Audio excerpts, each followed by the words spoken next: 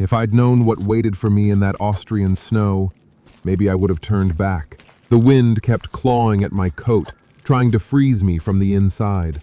Every breath I took shattered into the air like thin glass. Those shuttered cabins ahead felt like the last solid things in a valley that had been hollowed out by winter, and still I kept walking, like something unseen was dragging me forward.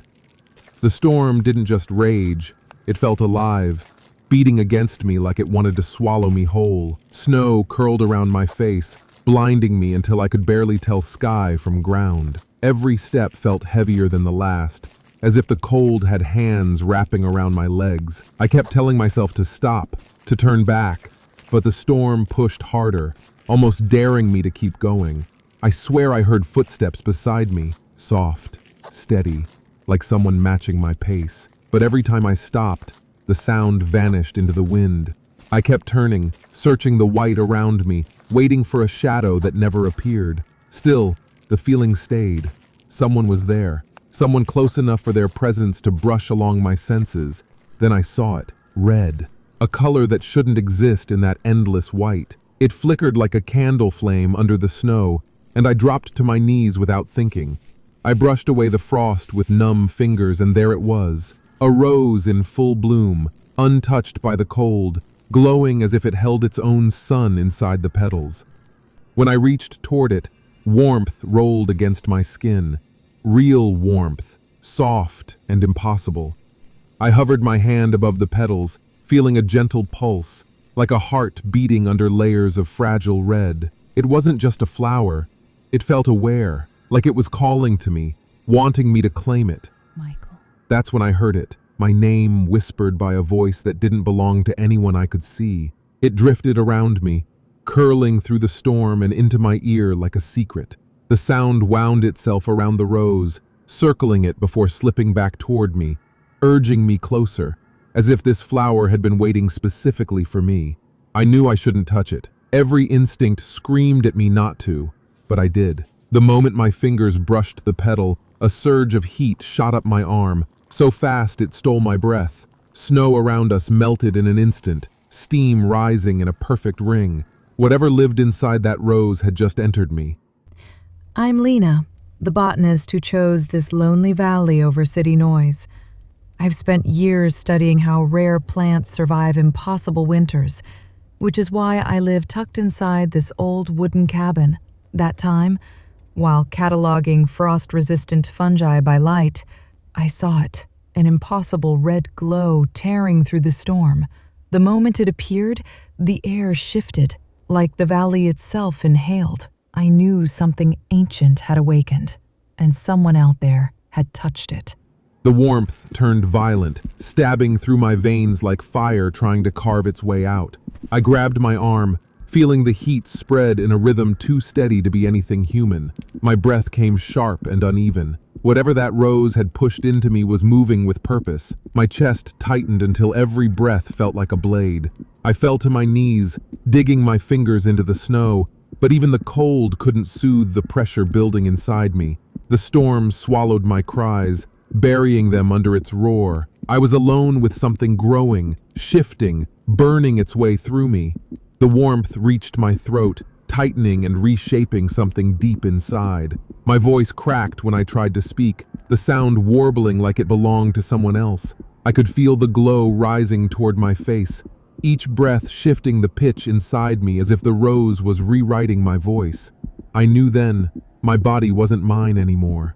Something had slipped inside and taken hold, guiding every pulse and breath. Fear slammed into me. I wanted to scream, to run, to claw it out, but the valley fell silent around me, as if everything waited for the next change. I pressed my hands into the snow, begging it to freeze me solid, to stop whatever the warmth was finishing inside me. But the heat kept spreading with slow certainty, curling through my ribs, down my spine, filling every corner of me. There was no escape. It wanted me to change. My waist tightened without warning, pulling inward as if invisible hands were shaping me with delicate precision. My sides drew in, my muscles softened, and my breath came out in a strangely melodic tremble. I felt myself narrowing, reshaping, becoming something unfamiliar, something feminine. My hair tingled, then spilled across my neck in warm waves. I felt strands sliding down my shoulders, growing longer by the second. The dark color lightened into a honey-brown glow, brushing my cheeks like liquid sunlight. I grabbed a handful and almost didn't recognize the softness. My face reshaped beneath my skin, cheeks lifting, jaw melting into gentle curves. I leaned over a sheet of ice and saw eyes widening with a beauty I didn't recognize. Every contour shifted into something delicate, elegant, undeniably feminine. The stranger staring back at me was me. My voice changed, softer, warm, trembling with a feminine resonance that felt impossible. When I spoke, the sound flowed out smooth and graceful, like a melody discovering its rhythm. I didn't know this voice, but it knew me. My body curved next, reshaping as if sculpted with intention. My hips widened, my torso narrowed, my chest rose with soft fullness. My hands trembled as they slimmed into delicate shapes. Everything I had been melted away, leaving a new form I couldn't deny. My heartbeat shifted, then another rhythm bloomed beneath it. A second pulse, gentle and warm, beat low in my abdomen. I felt life stirring inside me, new, fragile, impossibly real. The rose hadn't just changed me, it had given me someone to protect. My name surfaced in my mind like it had always belonged to me. Mila. The moment it formed on my lips, something inside me settled, as if the valley whispered back in recognition. I breathed out softly, feeling myself blossom fully into the identity the magic had written into me. The rose glowed in my palm, guiding me with steady warmth. Every pulse of its light synced with the tiny heartbeat inside me. It wasn't just transforming me, it was showing me where I needed to go, what I needed to become. Walking felt strange at first. My body moved with a new softness, a new balance, but also a surprising strength. My widened hips, my new center of gravity, the warmth I carried, it all felt unfamiliar yet powerful. Even the snow reacted, softening under my steps.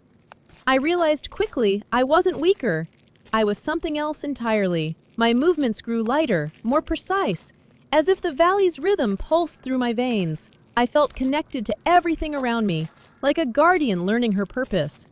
With each step I took, the snow melted in small circles, forming a glowing path behind me. It felt like the land recognized me, trusted me, responded to the warmth I carried. I wasn't just walking through the valley, I was waking it. I touched my warm, rounding belly, finally understanding the truth. The child inside me, this second heartbeat, was the life force the valley had been waiting for. The rose had chosen me to carry it, protect it, bring it into a world that needed its magic. I stood in the storm, no longer afraid. The cold broke around me like I was a hearth in the snow. "I am the winter rose," I whispered, feeling the truth bloom through my entire being. My destiny had already begun, and the valley awakened under my glow. Hey friends, thanks for watching. Love this story? Get early access to upcoming stories and bonus content on my Patreon. Your support means the world to me. Links below.